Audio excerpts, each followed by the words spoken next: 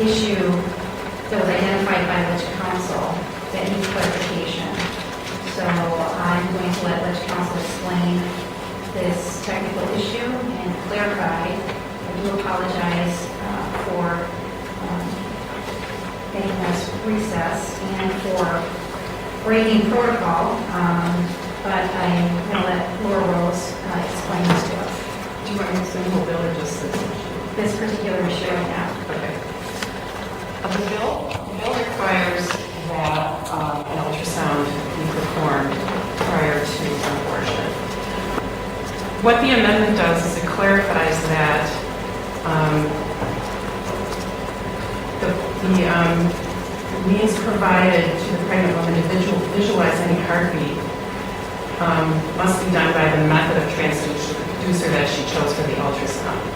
So if she chose to have an abdominal ultrasound and that ultrasound could not show the heartbeat, then this requirement will still be satisfied.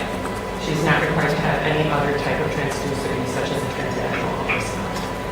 The reason that this was brought up, I believe, in the assembly hearing last week. Someone had raised a question about how a heartbeat is visualized, and after researching this and talking and consulting with a couple of obstetrician gynecologists, I was told that in most cases in the first trimester, it's not possible to visualize the fetal heartbeat with an abdominal ultrasound.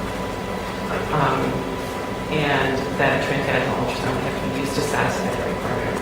And that's why this amendment was drafted, is to clarify that the heartbeat is detectable. If the heartbeat is detectable by her choice of transducer, that's sufficient. There doesn't have to be any additional ultrasound. A couple of questions. The word visualize is still in. Correct. Okay, so if the woman chooses to have it done, the ultrasound done in the stomach, Right. and a heartbeat isn't detected, how does that satisfy the visualize the heartbeat? Does it? Yes, because it only has to be visualized if the heartbeat is detectable by the transducer that she She chooses. chooses. But if it's not detectable, Then the requirement is still satisfied. okay. Does the And word, she does not have to have the other type. Correct. okay, why is the word visualize still in? Is it, are we possibly, I'm not a lawyer, not a doctor, is it possible that we're setting up a court challenge, a conflict, because the word visual, because the heartbeat has to be visualized? Well, I think, I'm not an expert in this, but based on what I've been told by the doctors that I spoke with, is that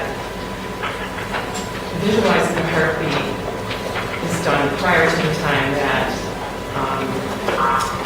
there's another instrument that can be used so that the woman can hear the heartbeat at a certain point in pregnancy, and I think it's called a Doppler, but that's not available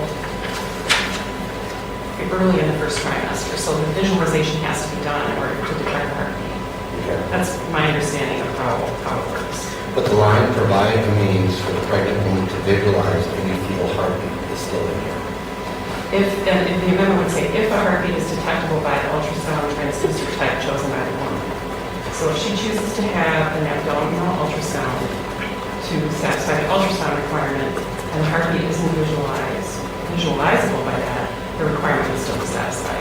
And why do we need provide a means for the pregnant woman to visualize any fetal heartbeat? Because if it is possible to visualize it with an abdominal ultrasound, that would have to be done, or by whatever method she chooses. If it's possible to visualize it with the method that she chooses, that would have to be done. That ultrasound would have to be done. Okay, so in the understand kind of why I'm a little confused.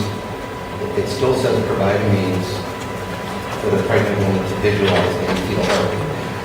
Depending on the ultrasound she chooses, may depend on whether or not there may or may not be a fetal heartbeat. But we're still saying that we have to provide a means to visualize the fetal heartbeat. So, is it possible that somebody could take this legislation, which may end up being law, to court saying that the doctor didn't provide any means? In other words, if a vaginal ultrasound would provide it and the abdominal wouldn't, you see what I'm saying? I see what you're saying, but I think that if the amendment language is inserted that says the means have to be provided by the method chosen by the woman, Okay. if the method she chooses doesn't provide that visualization, then you can't visualize it. I mean, that satisfies the requirement that Okay. is up by. And then the last question I have for you is, the word visualize is still in here. Right. She doesn't have to look, but visualizing is looking. You can't. You can visualize through sound, you can do all sorts of things like that, but the word visualize means to look at the screen, to look at something. Is that a conflict? Is that an issue? Well, the language says provide a means for the pregnant woman to visualize, but it doesn't say require the pregnant woman to visualize. It just provides a means for her to see it. It doesn't require her to look at it. So I guess what I'm trying to get at here is the word visualize is really, really important in this particular piece of legislation. I think it makes sense that it dictates that a certain kind of technology would have to be used Right. in order to visualize it. Right. That, depending on the stage of pregnancy, if it's really early in the pregnancy, and the only way to visualize it is through either an abdominal or transvaginal ultrasound, because it's too early to use a stethoscope or a Doppler. But nonetheless, the visualization, the method used to visualize the heartbeat has to be her choice of the method of ultrasound.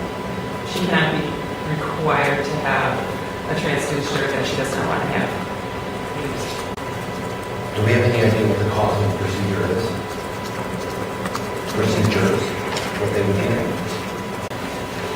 There They was, didn't come up with a number. I don't think we got over it. I don't recall anybody testifying over here. there actually was testimony by Dr. Tasha Weatherneck, who said that a 20-week ultrasound is approximately $1,200, not including fees, which I'm assuming is the technician's fees or the physician's fees. Most are $400 to $600.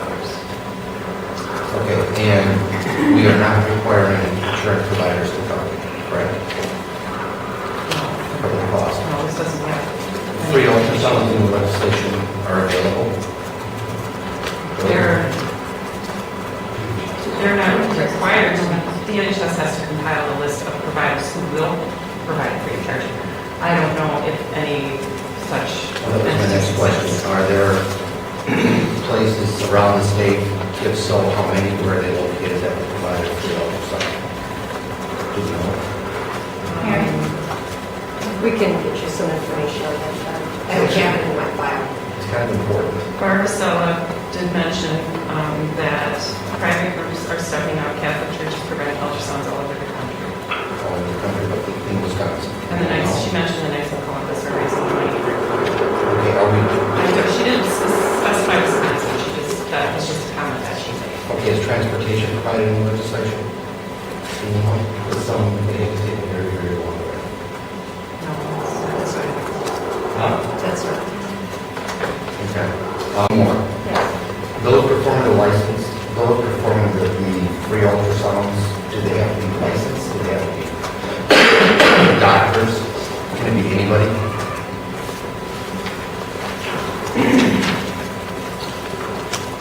And in order to describe what's on the screen, because this person has to be, you don't know if it's a doctor or not a doctor. From what I understand, I don't think they have to be licensed. I think it can be anybody.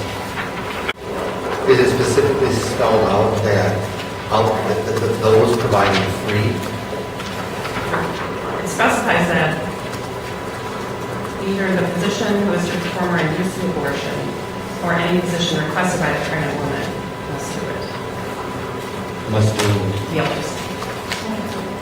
Right, but on the, if she can't afford it, insurance doesn't cover it, they're providing free ultrasound. It would have to be a physician. Huh? It would have to be a physician. So it would have to be a physician.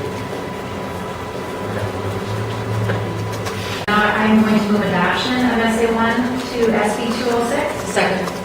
Discussion.